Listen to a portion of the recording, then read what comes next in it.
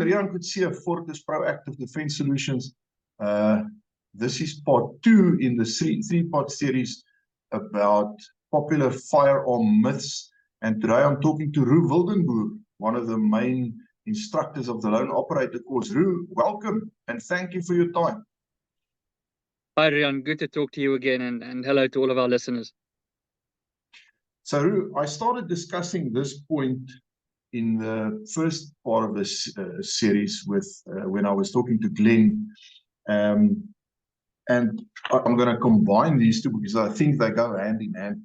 This myth, the only self-defense caliber should start with a .4, and combining that with anything smaller than a 9mm cannot be used for self-defense. What is your opinion on that? I think this myth springs from a place of I think us gentlemen wanting to shoot big caliber guns. It comes from a position of thinking that large caliber bullets do significantly more damage than small caliber bullets. It's certainly, I think, when handguns started being developed, it could have carried some. It could have been true to a certain extent, but since handguns started being really developed here in the 1950s, 60s, after the World Wars, the development on ammunition has been incredibly fast. The FBI, until recently, and I'm talking recently, like 1 or 2 decades back, were shooting with 40 Smith & Wesson. And that's why I think many people thought that should be the caliber of choice for any self-defense type shooting. But even the FBI has gone back to 9mm normal 9mm parabellum ammunition, purely because of the overall benefit in shooting the caliber. That, coupled with technology that's been developed and that is currently sitting in premium hollow point self-defense ammunition, actually makes the 9mm at the moment the weapon of choice. And any 9mm related ammunition, the 38 Special, the 357 SEG, all of those are smaller than the 40 caliber bullets, 40 Smith & Wesson, 45 auto, and still are very popular, very effective self-defense ammunition. Right now, there's really no distinction ballistically, or I should say a significant distinction ballistically between the smaller 9mm and related calibers and the larger 40 Smith & Wesson and up calibers. When you shoot with a 9mm, you do get several other benefits as well. So you get more ammunition capacity, so you can carry more ammo. For beginner shooters, and especially people who just carry a firearm for self-defense, the recoil is much more manageable on a 9mm and related caliber guns than on 40 Smith & Wesson and up. So those two big advantages, actually coupled with the fact that the 9mm self-defense ammo right now is superb. It's incredible how much development has gone into that. I think is the choice to go. That's also not to say that even smaller calibers than 9mm cannot also be extremely effective in self-defense. We try and preach to anyone who comes onto our range that learn to use and carry what you have. I mean, we have shooters that come onto the range with 7mm self-defense pistols, even 22 caliber, .22 caliber pistols that they carry for self-defense. And to those people, we say hats off. Please carry that. Learn to use it well. Carry that. Potentially in the future, look at something similar to a 9mm or at least a 9mm. But in that moment, use what you have, carry what you have. It's really better than a sharp stick. So to us, it's more important. The caliber is less important than actually carrying the firearm and knowing how to use it, and then having the mindset to actually defend yourself with that firearm when the need arises. So no, definitely, that myth, I would say, is soundly busted. Right now, there's no reason to go larger than a 9mm for self-defense purposes. No. Okay, I mean, personal choice, but I do believe a 22 caliber may not be ideal. There are better No, choices for sure. But if definitely. that's what you've got, learn how to use it well and then upgrade Yep, as and when you can, to something. Also, as 100%. your skills improve and your shooting skills improve, and you start understanding what you're dealing with a little bit better, then I think that upgrade will probably happen automatically without anybody having to tell you. Yes, yes, especially so say not a point. I mean, ammo is very readily available for .22, but there is a serious ballistic, I would say, like you said, a disadvantage with a .22. Not that it won't work or can't, you can't make it work, but certainly the 9mm type calibers have a very distinct ballistic advantage, better penetration, better velocity, all of that type of things. But yeah, definitely carry what you have, use what you have, and then look at upgrading as you upskill and as you develop. Certainly. Okay. The next one is a fairly popular one that I personally have run across like probably 1,000 times, and I'm sure you guys have too. But I don't need training; my instincts will kick in. Yeah. Yeah, that's a big problem that I think especially men and especially the kind of guys that they want to carry a firearm, and they actually they're keen to get a gun, but then they get the gun and they think, well, especially in South Africa, most of us have been not necessarily shooting from very little, but a lot of guys have hunted or have been to a shooting range before and it went pretty well, the big target, nice and close. So they think they know how to shoot. And then therefore they've got this false sense of security that purely carrying the gun day in and day out, but spending maybe one day on the range every 6 months, or the kind of thing like where you go hunting and you go to the shooting range and you've got 10 rounds to waste, so let's just go and shoot them on the handgun range and that's enough training. No, absolutely. So what many people believe about themselves is that in a high stress scenario some sort of otherworldly skill set will manifest, and adrenaline will kick in, and then you'll be able to do things that you were never able to do, and that unfortunately is not the case. um, Often Yeah, whatever but skills you do have. my Yeah, friends call me John Wick at the braai. that's right. That's right. So often in high stress scenarios, what happens is whatever skills you do have tends to degrade.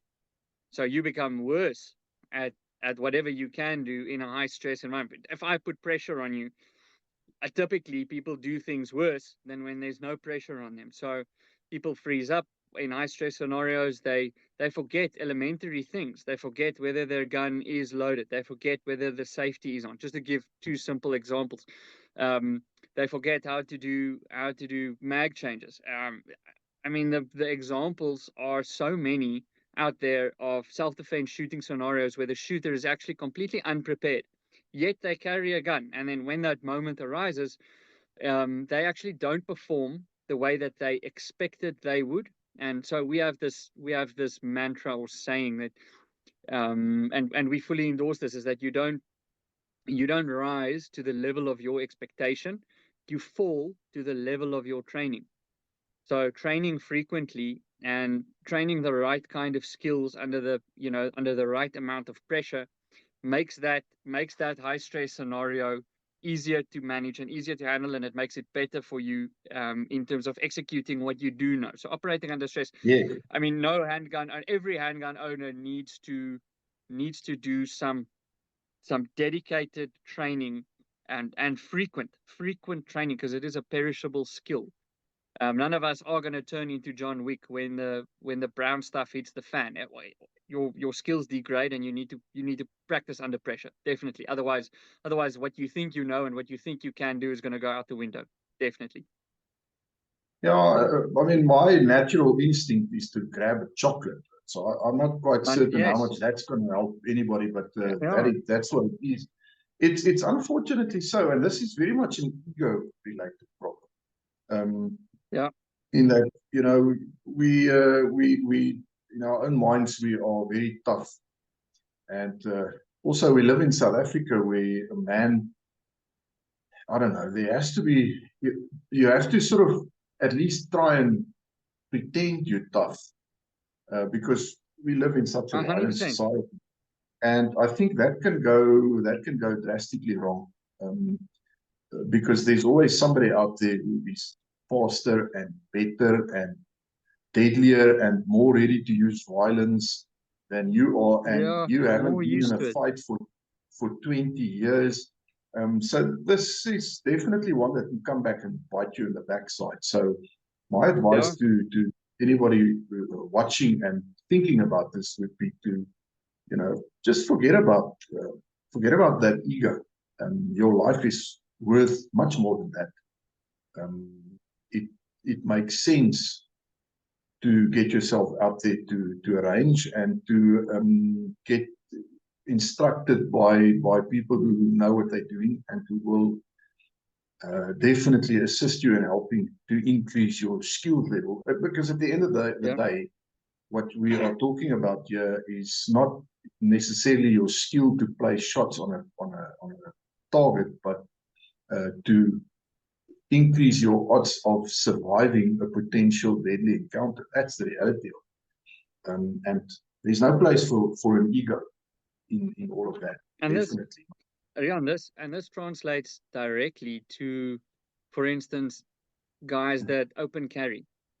And I know that if you're on a farm or a rural area, or maybe you have a little bit of a boop, or your clothing doesn't allow for it, that you have this tendency to open carry and advertise that you in fact do have a firearm. And this speaks to that same kind of mindset of, I'm ready for a fight, but are you really? And if you advertise that you've got a gun, you attract people that want to take the gun, and they're professionals, and they will not give you the chance to even realize what's going on, and it's going to be fast and it's going to be violent. And so the optimal is to not advertise. Don't let people unnecessarily know that you are armed. It's the biggest thing you have counting in your favor is the element of surprise. So don't advertise. Go to the range, practice. Make sure your skill set is ready to back up whatever you project. I mean, we know, guys, we project like a more of a threatening demeanor and whatever, and you want to posture yourself to indicate to any potential attackers that you are ready for a fight. But then you have to be ready for the fight. You have to be able to back up that posture and that demeanor with the actual skill. And that, unfortunately, it falls flat if you don't practice, and if that's not something that you subject yourself to regularly. It's a little bit of pressure. So yeah, get to a range, do some proper training, be humble, try and improve bit by bit, and that's the way to go about it. Definitely. And just for the viewers on that point, if you are interested in finding out more about the loan operators courses, just check in the description below the video. There's always a link that will take you to a page where you can watch a video and get all the information you need. Please do so, and we hope to see you on one of our loan operator courses one of these days, and meet you there. Roux, next I want to chat about the difference between concealment and cover. Right. A friend of mine not too long ago at a braai warehouse made a joke. I mean, it was a joke, everybody knew it, but about if needs be, he will use his wife for cover. We all had a good laugh. I said to them, it's not actually far-fetched, and it can become an actual problem. I saw a video of a guy and his wife or his girl or whoever walking, and the brown stuff hit the whirly thingy, and he literally turned and ran, and he left her right there to face the music. Now, I'm pretty certain if you ask the guy about it afterwards, he's probably not going to know where to stick his head, and it will haunt him forever. But the fact of the matter is, his instinct was to to He run. was to run. And so he Yeah. didn't even get to use her as cover. Can you expand on that for us, the difference between concealment and cover? Yeah, 100%. And I think one of the scenarios where this becomes really, really important is there's several, but with your vehicle, so with your car, if you're ever in a scenario where you're forced to use your firearm in self-defense, and what you use as cover, or which you believe to be cover, is a vehicle or your vehicle. That's one of the biggest areas where people get this wrong and make this mistake. The difference between cover and concealment is that cover actually it's an object or something between you and the attacker that actually has the ability to stop the bullet dead. It's something that the bullet cannot penetrate through. Concealment is something that merely hides you from the vision, from the sight of the attacker. But if there's a bullet that hits that object that you use as concealment, it may very well and it will go through, and it can still kill you on the other side of that barrier. So say you take a car. A lot of people, and we see this in the movies as well, and it's completely misrepresented in Hollywood and in movies, is people opening the door of the car and standing in that V between the door and the vehicle, and then the bullets hitting the door and not penetrating. And that's one of the biggest lies out there. Okay, so most of the areas on a car is not cover. It is merely concealment. So if you go and park a car like we have on the range that we do many vehicle courses with, and you shoot a plain old simple humble 9mm round through that car, it enters on the one side and it exits out the other and hits whatever target is on the other side of the car. So in cars, that's very important. Please make sure whatever you use as cover is actually cover. So in a car, rims, yes, although technically you don't want to get that low, you don't want to be stationary for too long, so like be on the ground. The engine block is a good example of something that is cover, that is going to stop the bullet. But even in your house, a door, a normal wooden or like a plywood or a composite wood door is not cover. It is concealment. If you stand behind the door and the attacker fires a couple of rounds through the door, it's going to go through and it can kill you on the other side. Things in your house that's cover is things like brick walls. Okay, and this is important to know in your house if you're starting to get to know kind of CQB concepts in and around your house. What is drywall and what is actual brick wall? And to some of our viewers who may be living overseas, like in the US, there's many houses that's made of plywood or other composite materials. That stuff isn't going to stop a bullet from penetrating. It's going to go through and it can still hurt or injure or kill you on the other side. Brick walls, yes, that's cover. Things like thick wood that can also be cover, but this is very important. Like bushes, like hiding in the bush. If the bad guy decides, well, he's now just going to fire a couple of rounds into the bush to see what falls out, it may very well be you that falls out. So hiding in places and finding hiding spots, and this is just a way. This is just, I think, really for the viewers to start thinking about what my plans are for finding cover once, like we say, once the brown stuff hits the whirly thing. Things like cinder blocks, things like pot plants made of concrete, that kind of stuff is cover. Wooden park benches, not cover. Plywood, drywalling, wooden doors, vehicles, for the greatest part, not cover. So think about that and make sure when you do hide or you need to find some place to do a mag change or tend to a wound or tend to someone else, that it is in fact behind cover and that you're not merely just using concealment. Just be very careful of that and be mindful. Okay, that makes sense. People, let's so talk people about depending on their thickness may count either as cover or concealment. I mean, if you hide behind someone and you're pretty sure it's gonna, that person's gonna stop the bullet, it may be cover. Usually, normal people are pretty much just concealment because bullets may penetrate. I think the gentlemanly thing would be to at least ask permission in a case Correct. like Yeah, that. no, you ask permission. No, you ask Yes. permission No, and then you do the thing. Yeah. That's what I would do, Roux, let's talk about the old warning shot thing. Oh man. There's a couple of facets to it. I'd like to discuss all of them if you don't mind. The first part is, Yeah. a warning shot is going to send them running and make them think maybe they should have done something else, gone to Sunday school instead. And then, of course, the legal and practical problems with firing a warning Yeah. shot. Yeah. So to your first question about the attackers running away, more and more, you see serious attackers and organized crime and hijacking, teams if they're fired upon, they actually don't run away. They take cover and they return fire. So that's a very scary thought, especially considering Mm, you're probably going to be outnumbered in a type of mm, hijacking scenario.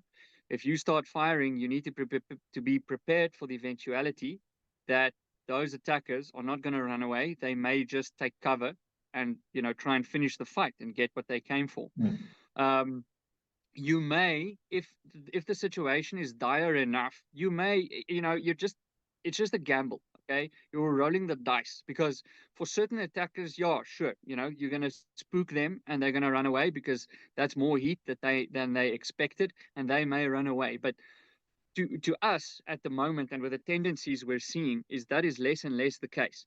If someone is attacking you and the scenario is such that you actually have to draw your weapon in self-defense, and now it's either your life or the attacker's, then that attacker is probably dedicated enough not to run away for just because of warning shots. Okay.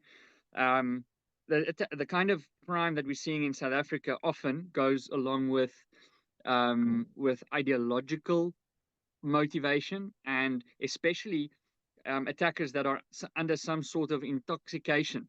They under some sort they've used before the attack some sort of substance that kind of makes them more violent, more aggressive, that makes them more fanatical. So that guy you're not going to chase away with a warning shot. Okay. mm, um, it's just a gamble. It's just a risk, and more on CCTV and on the statistics that we're seeing is the attackers don't necessarily run away when you start firing. That's why we also, I mean, in previous videos we said, kind of try and carry more ammunition. You're probably going to be outnumbered. You need more ammo than you think. That's the kind of thing we're running at. If it were as simple, and this counts for blank guns as well, which is, by the way, a very bad idea, but you are rolling the dice that that attacker is going to run away. And if he doesn't, then you are in very big trouble. And this, I think, comes to your next questions about the legal and practical implications about firing a warning shot. So let me be very clear. The Firearms Control Act does make provision for a warning shot, but not in much detail. There's basically a one-liner that says you are permitted to fire a warning shot if it is safe and appropriate to do so. Now that is a very open-ended condition that actually lands a lot of people in big trouble, because we know in South Africa you can only do lethal self-defense. You can only draw your weapon and use it for self-defense if that attack is also life-threatening to you. Okay, if that attack is not life-threatening to you, then in any way it's not the right time for you to draw your weapon and engage the target. Okay, it needs to be life-threatening to you or someone else close to you. Right? There's a little bit of detail around that, but if you fire a warning shot, it always creates this. Okay, firstly, let me start with it needs to be safe. So if you fire a warning shot in a built-up area with neighbors and people around you, you have to be able to say that you fired it in a safe direction. Now, to us, mm, firing a warning shot down is not safe, right? There's ricochets and shrapnel that can hurt you or other people, so that's not safe. If you fire a warning shot up in the air, that's a big no-no, because that bullet, when it comes down, still has enough kinetic energy to maybe seriously injure or kill someone. Um, mm, so which direction is safe? Is it out the window? Is it into the wall? And then if you had the time and the calmness of mind to go through that decision-making process, then the argument is always, well, you know, how in danger was your life really? If you had that would be my first question if I wanted to like corner you about your actions, about shooting someone. You fired a warning shot, which means you had other avenues to explore before really drawing a weapon in self-defense and then firing on this attacker. That firing on this attacker has to be your only avenue of defense. But now you've had to think about these other conditions and then fire a warning shot, which means to me your life wasn't in that much danger, was it?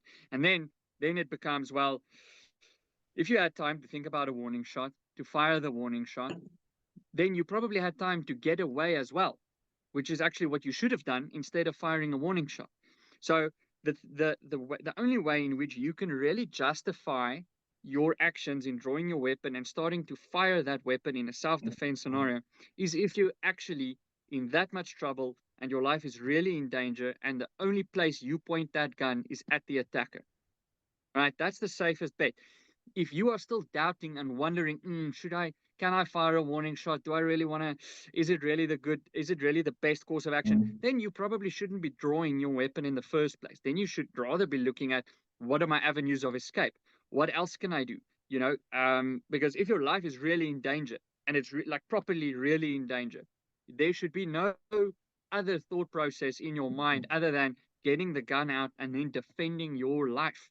There's no warning shots. Then, I mean, practically speaking, like you fire a warning shot and it hurts someone else that you didn't intend to hurt. Now you're on the hook for that as well. Yep. Now it's you fire a warning shot, the bad guy runs away, right? The attacker runs away. Let's say, for instance, let's sketch the scenario. You fire a warning shot, the attacker runs away. Now you're already guilty of a couple of things in the eyes of the South African framework of laws and the South African legal framework. You're guilty of pointing of a firearm. You're guilty of firing a weapon in a built-up area, discharging a weapon in a built-up area. Both of those are offenses in terms of the Firearms Control Act. The attackers run away. Your neighbors are now, maybe they were looking through the window, or they now wanting to find out what happened. And all of a sudden you find yourself in trouble because of warning shot that, number one, probably, it wasn't the right time for you to draw the weapon in the first place, because your life wasn't really in danger. And it wasn't safe, and it wasn't appropriate to even draw the weapon and fire. So it's even though the law makes provision for that, it's a very dangerous game, and it actually raises more questions later on than it provides answer. If your life is in danger, it's a really simple equation. Make sure your life is in danger, and if it is in danger, draw the weapon and use it for what it's designed to do. Defend your life. But that really has to be your last avenue. I can't emphasize that any further than that. It really has to be your last avenue. But then if you're at that point and it's now down to the wire, then draw the gun and focus on grip, sight picture, and trigger squeeze. That's it. Don't think about warning. Just do what you need to do to save your life. Don't mess around. Definitely. So just a final thought, if you are even mildly giving some thought to this whole warning shot thing, maybe it's time for a rethink and get better informed. And again, that goes back to training. Good training will quickly solidify the idea of I wanted to say the futility, but I want to make it stronger and say the stupidity of the warning shot, because I don't think there is anything clever about that. No. And you're wasting ammunition. You're wasting a round that could have ended up saving your life. Don't the next one, into the sky. The next one is very much a hot potato. If firearms are banned, violence will decrease. Seems to be the general thought pattern of the camp, where people think this is a good way to go.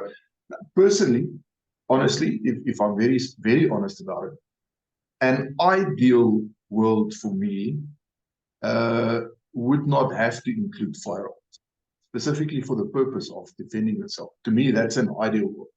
But we live, the world in general is far from ideal, and South Africa, with our crime problems, is about as far from an ideal world in that respect as it can get.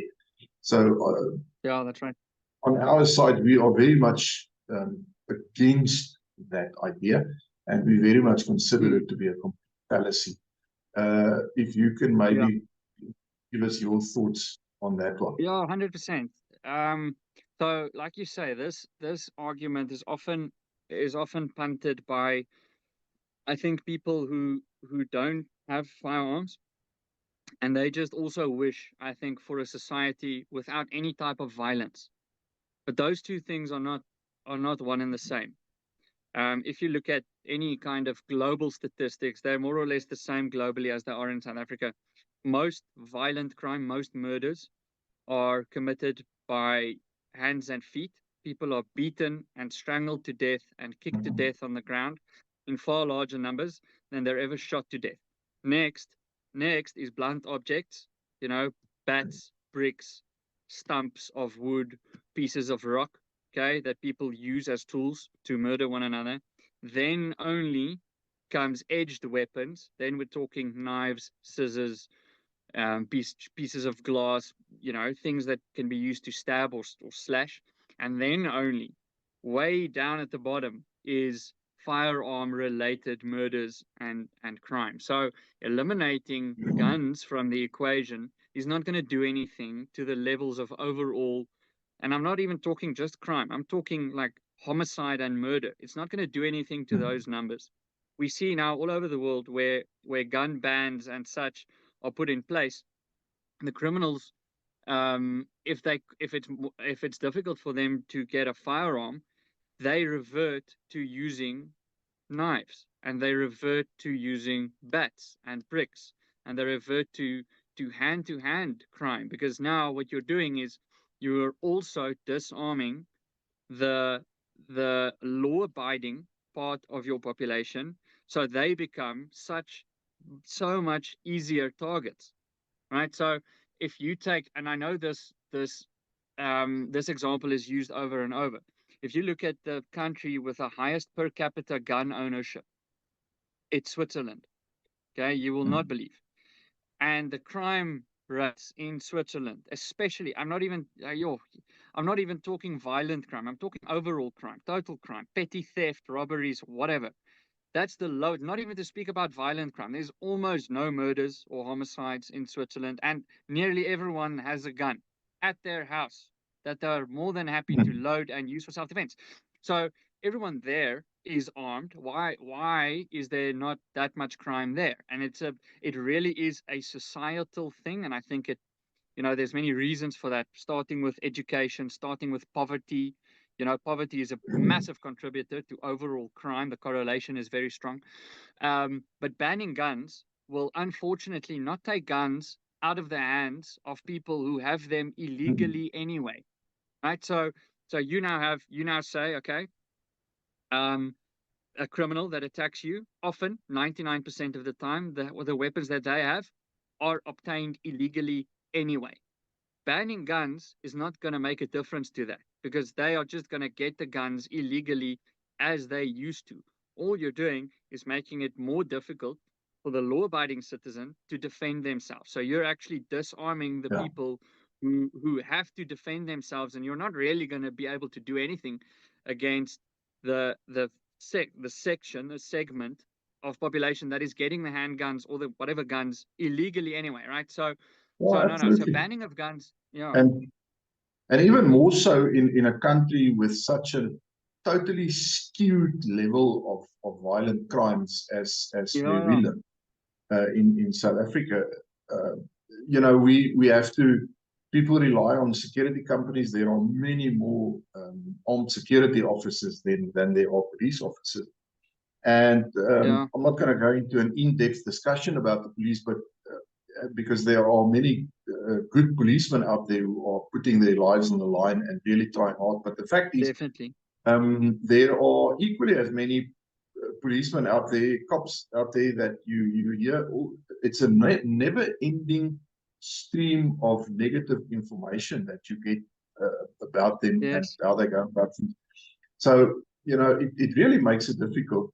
And even if it's a police force who maintain like an 80 or a 90% rate of literally catching criminals, and the system gets them convicted, they arrive after the fact in any case.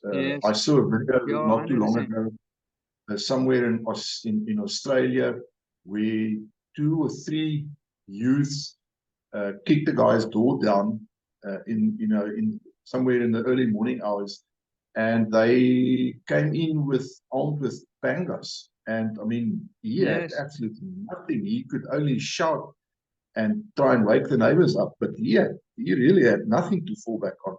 And No, how do you defend yourself against it's that without exactly, and it's a commensurate problem weapon? in a first world country where the police are generally fairly on top of Fast. things, Yeah. etc. Yeah. But in a country like South Africa, to me personally, the mere idea of disarming people is horrifying. No, you can't do Nobody that. wants to go there. Especially No, especially because I mean, law abiding, in South Africa, you have to jump through so many loops to get your Mm, handgun legally.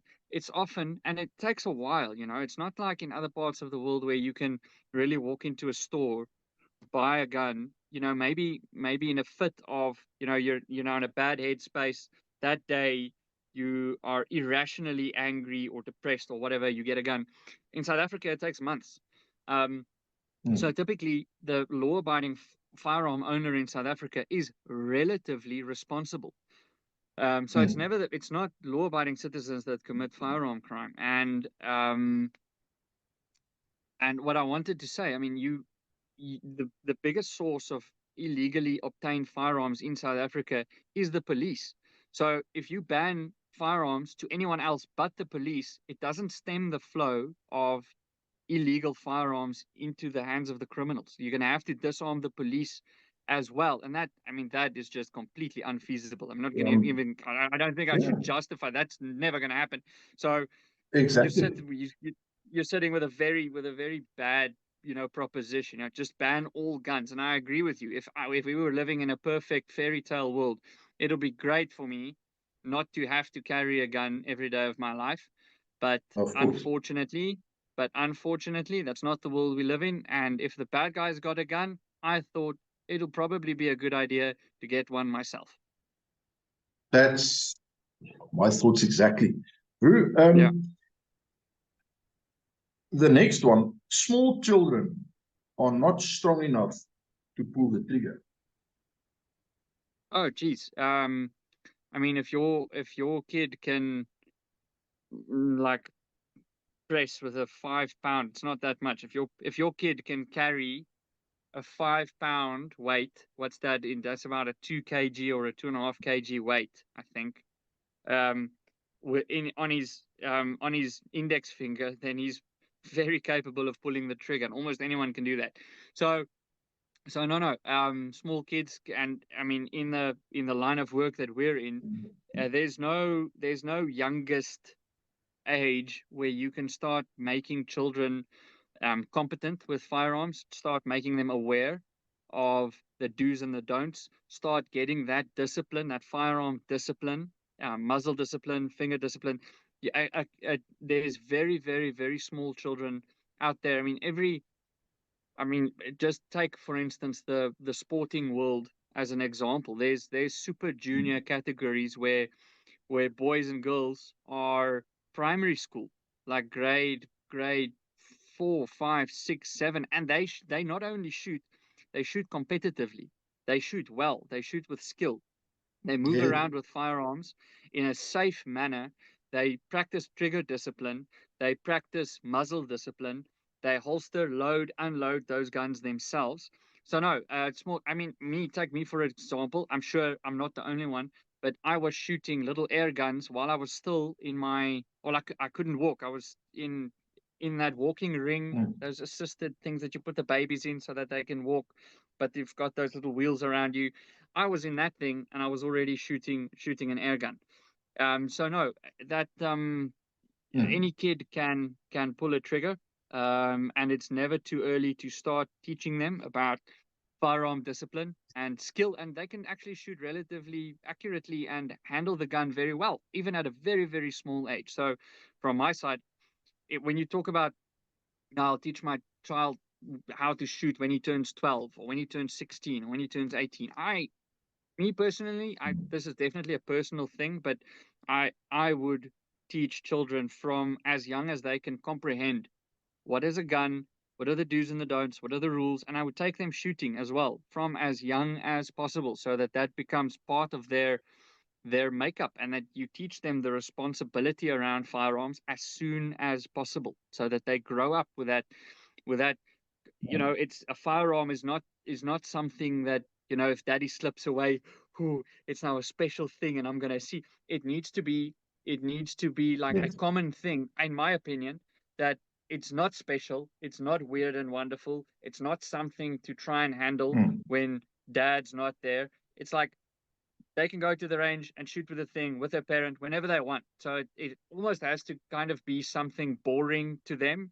And that's the only way that I think you get kids not to Yes. start being silly with firearms. Don't, that's what That the prohibition that proved, responsibility. don't that Yeah. responsibility, start No. drilling it into That them as young that as possible. responsibility.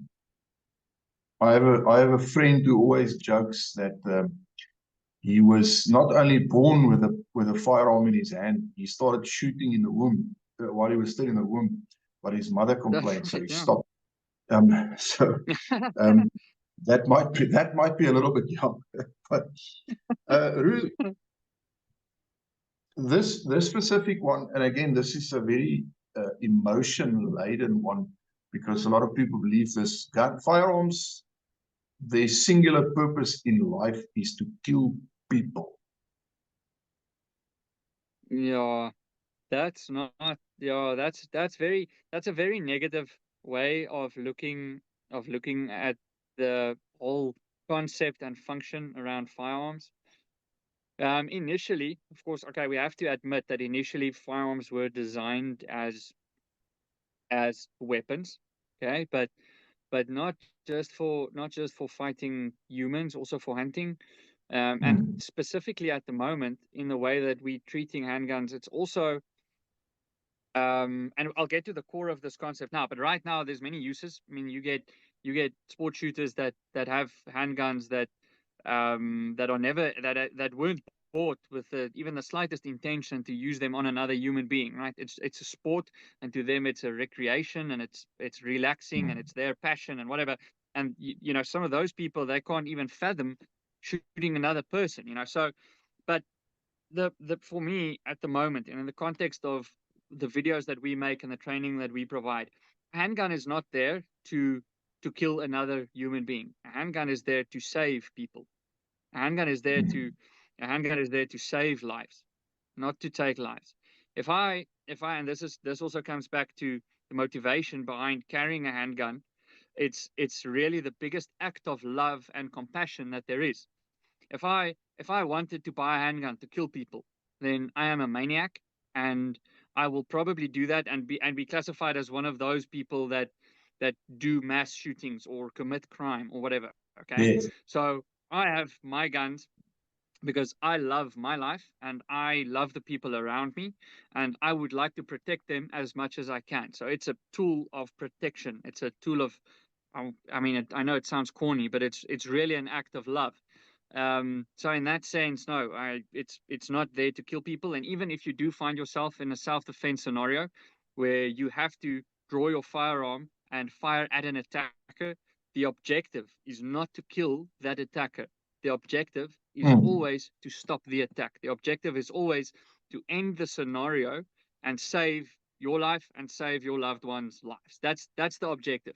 Anyone anyone That's who it. Yeah. thinks that anyone who thinks that guns are there just to kill, they are missing the whole point behind why we carry handguns. And I mean, we're always open to discussing this and informing them, but certainly from our perspective, getting a handgun for defensive purposes is just that. It's for defensive purposes. I want to save my Mm. life.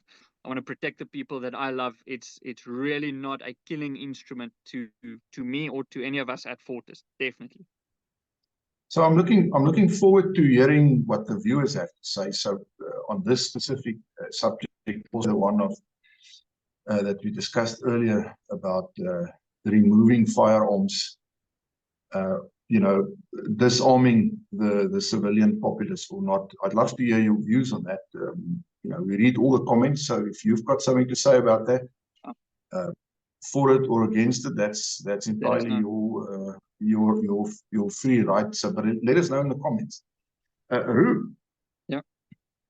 let's talk about plastic and untraceable guns. I'm Right. going to print So one on a 3D machine. Because nowadays it's actually entirely possible to start doing stuff like this on these 3D machines. The question is obviously it's obviously not legal, but how effective can something like that be? Do you think this is something that can replace firearms in general, or just add fuel to the fire in terms of putting stuff in the hands of people who should not have firearms because they will use them against law-abiding citizens? Yeah, so as soon as I hear the term plastic and untraceable and undetectable, I think back to when Glocks first came out, and they were one of the first polymer framed handguns, and there was this misconception that they can be carried through airport security and nobody's going to notice, and they were these untraceable, undetectable guns, and completely disregarding the fact that the slide, the barrel, most of the trigger components, and the magazine and the ammo is all metal. So that was a complete fallacy. I think currently with technology advancing, and as you say, 3D printing capability, I mean, people are 3D printing stuff out of steel now and metal that you would not believe.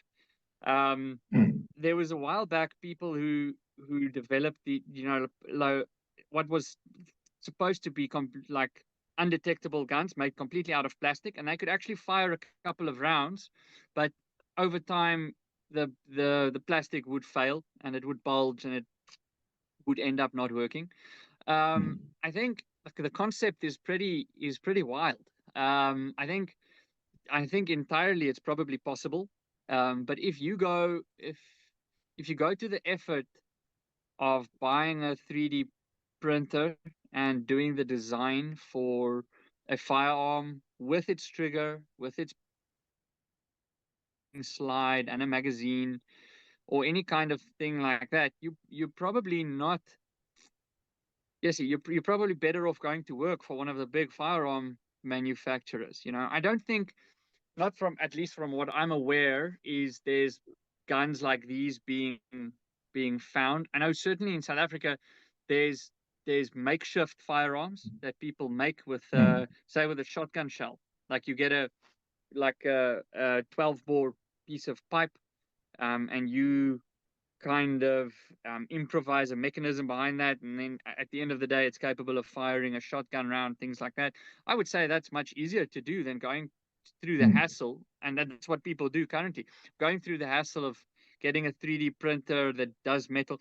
Like I said, it's a wild concept. I think certainly there's probably someone that's gonna try it, and I certainly don't think it's going to become the norm, because whatever investment this guy does, he's probably going to have to sell his handguns at a significant price. And if I was a criminal, to make a profit, and if I was a criminal, I would rather just buy a stolen gun off the black market for what would probably be quite a bit less than what that dude would be selling his 3D printed guns for, So I think there's probably someone who's going to try it. Maybe someone has already, but the big handgun manufacturers have spent decades trying, and still there's handguns coming out with faults that need to be recalled. So it's certainly not as easy as it sounds. There's not designs for handguns on the internet. There's probably someone who's going to try it.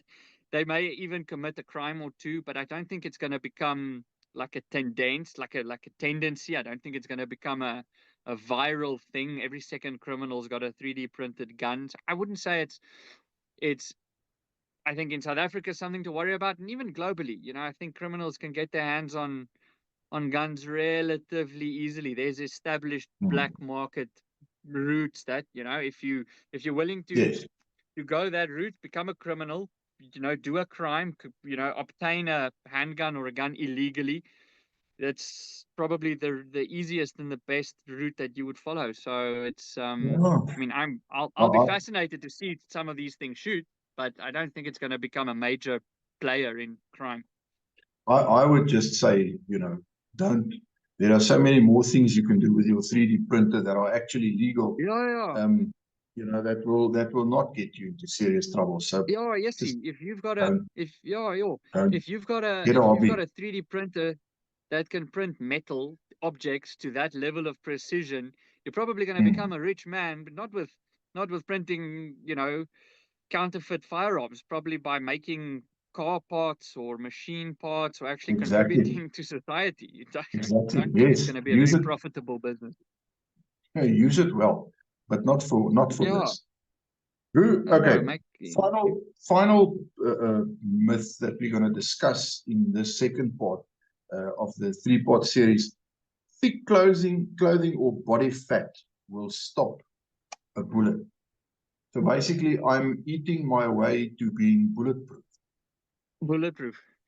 What's that joke? You know, if you at a young age you start shooting yourself with small calibers, it's like becoming Are you becoming impervious to immune? snake venom. You start with small calibers like .22 or air rifles first, then .22, and ultimately you'll be bulletproof and people can shoot 3006 rounds at you. It's just gonna ping off. No, so Good. currently this is a quite I hope there aren't people who believe that, honestly, yeah, because you'll find someone. Um Hmm. I think this is a pretty easy myth to debunk with uh with the development in ammunition that's been done and from the ammunition was developed up until now. Ammunition, any handgun ammunition is really quite potent. So unless you're really, the only thing that you can wear that's going to stop a bullet is a bulletproof vest, a plate carrier, some sort of Kevlar for smaller caliber handguns, and then going up to like solid steel or ceramic plates for larger caliber guns. You're not going to either fat or clothes is not going to stop a bullet. If you're lucky, say you've been shot, if you're lucky, it may, you know, people get shot all the time and don't die from it, but neither your Hmm. fat nor your clothing is really going to do you much good if something substantial like at least a 9mm or something is shot at you, much less a large caliber rifle round or something. No, so um it's not something to count on, and it's certainly something that if you see it on TV or in a movie, it's not true. Even the penetration capability of a full metal jacket .22 is Hmm. relatively substantial. So it's going to go through clothes and through flesh. It's not going to save you. It's So, also not going to save bad guys. so just to end, uh, the only way to bulletproof yourself is to get yourself a proper bulletproof jacket or to find cover, not concealment. Yeah, yeah, to find cover, definitely. Who I'm gonna end this one there for the viewers. As always, if you enjoyed our content, please like the video. Please subscribe to our channel so that you can help us grow and reach more people. Roux, thank you so much for your time. It's always good talking to you. Rian, thanks. Have a lovely day, and greetings to all our viewers. And like and subscribe, and join us on the range.